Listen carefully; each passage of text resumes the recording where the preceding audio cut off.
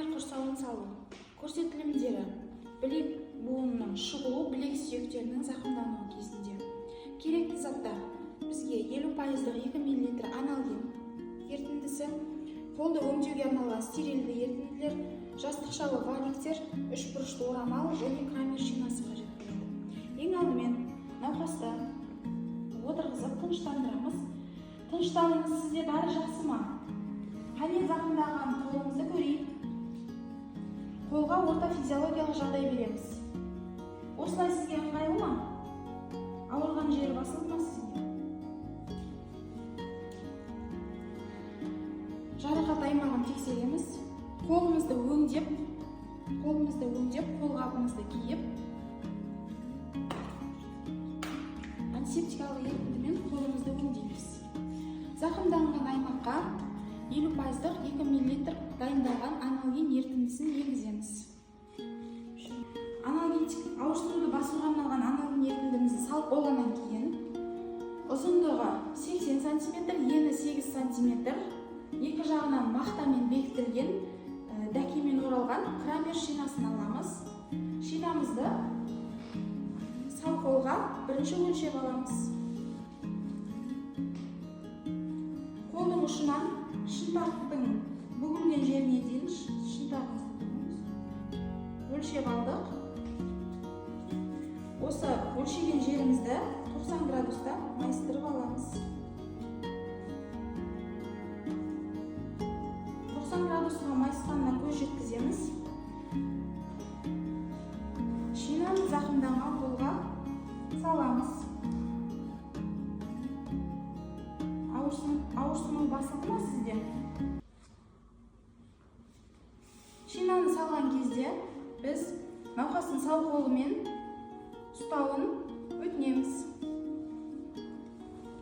Қолдың алақанның ішкі бөлігіне жастықша қоямыз және иыққа жастықша қоямыз. Орауды бастаймыз. Орамды жүргізген кезде білезік буынын 2 тур фиксациялаймыз. Білезік аймағына бірінші 8-дік тәрізді байламды жүргіземіз.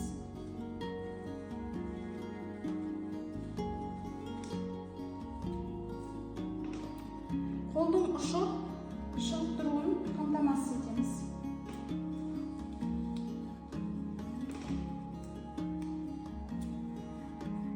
Ары қарай спираль тәрізді орамдарды жасаймыз.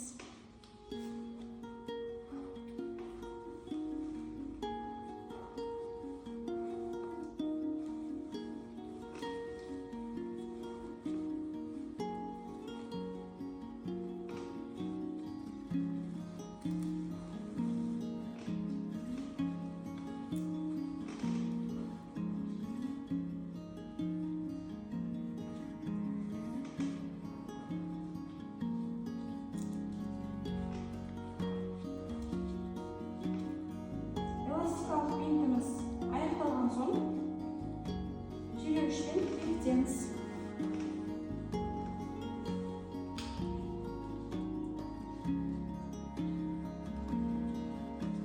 Енді 3 бұрышты орамалымызды алып фиксация жасаймыз.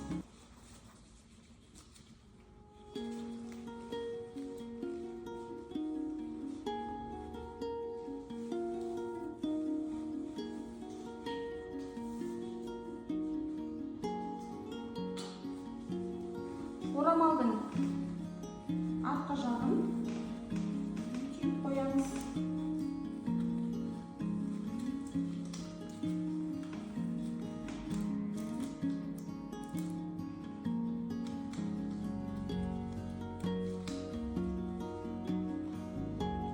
Крамер құрсауы дұрыс салынғандығына көз жеткіземіз.